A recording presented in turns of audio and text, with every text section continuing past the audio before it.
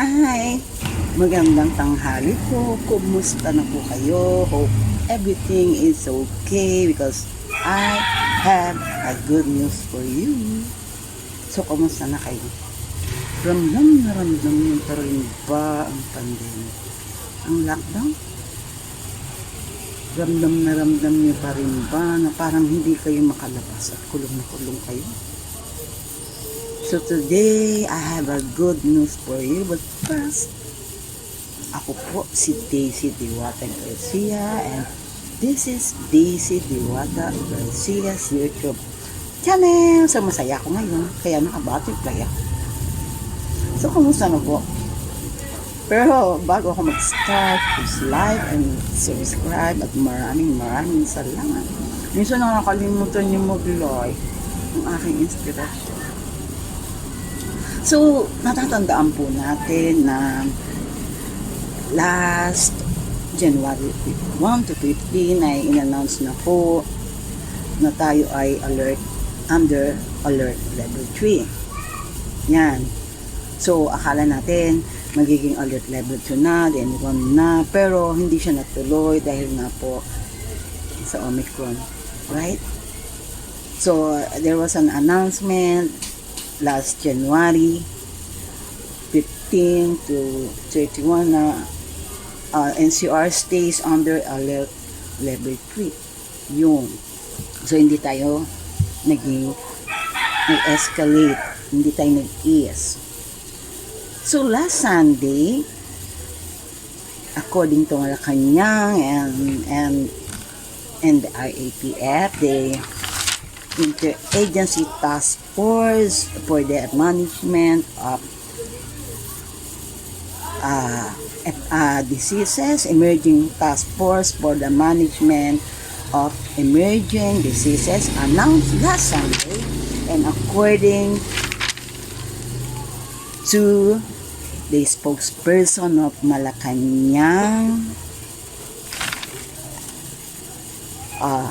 Manila, Philippines will be under alert level 2 and the 7 provinces from February 1 to 15. Yan. Tuwa na ba kayo? Ako natutuwa kasi binalita ko kagad sa aking mahal na alert level 2 na, and at the same time kasabay nito sa February 10 na, yan binalita ko na rin na foreign nationals, fully unvaccinated ones can travel sa February 10. Starting February 10, as long as sila po ay negative sa PCR test. Yan, yung results na nangihingi sa kanila. So, according to the Inquirer.net, Manila, Philippines, amid declining COVID cases, yan, dahil sa declining na ang COVID cases, Metro Manila and 7 provinces will be placed under alert level 2. Nakakatuwa, diba? Parang natakot tayo na nagkaroon ng Omicron, tapos ngayon biglang alert level 2. Medyo nasad ako nung kasi akala ko mag-alert level 1 eh. Ngayon alert level 2, pero masaya pa rin. And nag-decide na rin sila dahil to reopen the economy. Dahil maraming countries na nag-open ang kanilang borders. So, Metro Manila and 7 provinces will be placed under alert level 2 starting February 1 to 15. Malacanang said on Sunday that 7 provinces, what are the 7 provinces na ito? Batanes, Bulacan, Cavite, Rizal, Biliran, Southern Leyte, and Basilan. Carlo Nograles, acting presidential spokesperson on Sunday, said that Metro Manila and 7 provinces will be placed under alert level 2. from February 1 to 15. So in alert level 2 and 3, ano po ang mga permitted? What are permitted? Intrazonal and interzonal travels will be allowed. Ayan. Subject to reasonable restrictions as may be determined by local government units. That was according also to the IATF. At meron pa akong isa pang balita. According to Transportation Assistant Secretary Goddess Hope Libiran, unvaccinated passengers or those who works daily can now ride a public transport without the fear of being showed away. Na pag wala kang vaccination card, hindi ka na makakasakay. Unvaccinated may ride public transport now starting February 1 without fear of being showed away. And as the number one vaccine,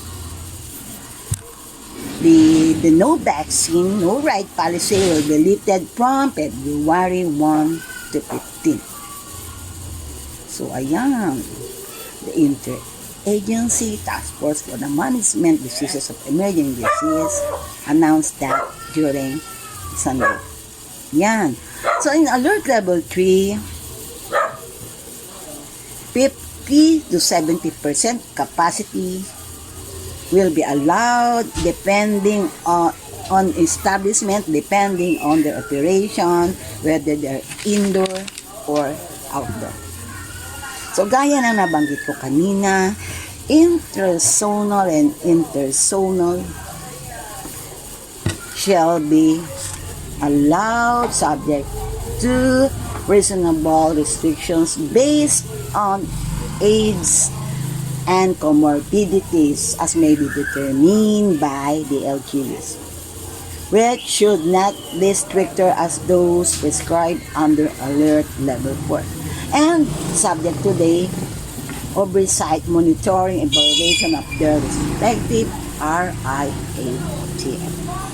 And provided that those below 18 years of age and those belonging to the vulnerable population shall be allowed access to obtain essential goods. So, yung mga 18 years old shall be allowed to obtain essential goods and services. Or for work is permitted in their system offices in which with existing labor laws, tools, and regulation, individual outdoor exercises shall also be allowed for all ages. So, yung indoor and outdoor exercises shall be allowed for all ages nga. Hindi lang those over 18 years old. And that there is no objection from the LGUs that these activities shall take place. So, LGUs pa rin po ng bawat area ang magde-decide. Yan. So, depende sa restrictions ng LGUs sa mga paggaganapan ng nasabing activities where these activities may take place. So, ito pa. Ang dami nito. Ang daming allowed. Venues for meetings, incentives, conferences, exhibitions, permitted venues for special social events such as parties, party, wedding, receptions, engagement parties, wedding anniversaries, debut, birthday parties, family reunions, bridal or baby showers are allowed. Yan, social activities. Visitors of tourist attractions such as libraries, archives, museums, galleries, exhibits, parks, plazas, public gardens, gusto ko yan, social scenic viewpoints, overlooking, ayan, gusto ko rin yan, overlooking the mountains, overlooking the hills, ayan, amusement or theme parks, or a lot. Saya, diba? Recreational venues such as internet cafes, so bukas na naman ang internet cafes, mga dutanyos. Billiard halls, let's go billiard. Amusement arcades, bowling alleys, my favorite. Skating rings, let's go skating. Archery, halls, swimming pools are allowed. But of course, mayroon pa rin sinusunod na capacity. And cinemas and movie houses are allowed, but of course with limited capacity. So pwede nang manood ang senior citizen like me. Limited face-to-face or in-person classes for basic education subject to approval of the office of the president. Ayan. So, limited face-to-face or in-person classes for higher education and for technical and vocational education and training. As per the LGU's policy. Depende sa LGU. Licensure entrance or qualifying examination are allowed, administered by the respective government agency, and specialty examinations authorized by the IATF, subject to the health and safety operations as approved again by the IATF. Ito ang masarap.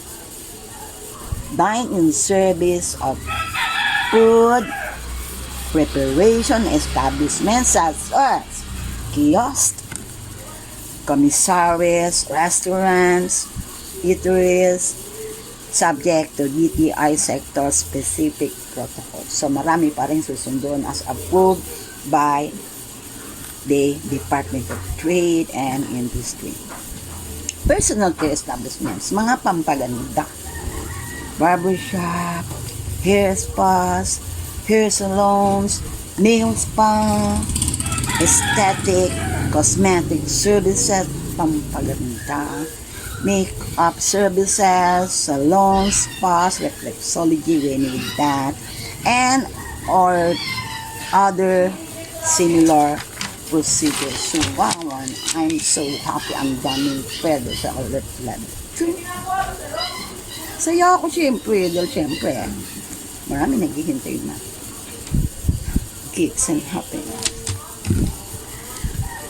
So,